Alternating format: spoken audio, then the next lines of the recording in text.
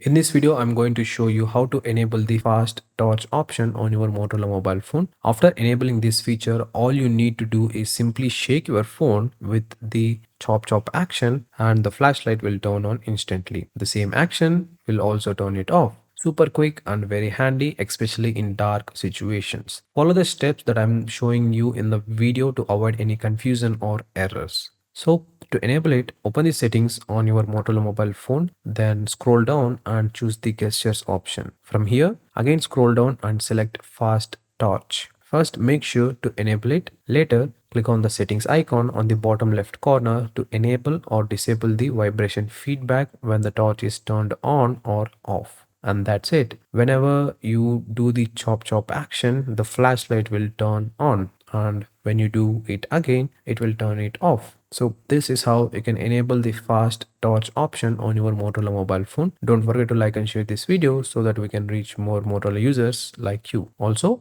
subscribe for more tips and tricks followed by different gadget and mobile reviews on this channel.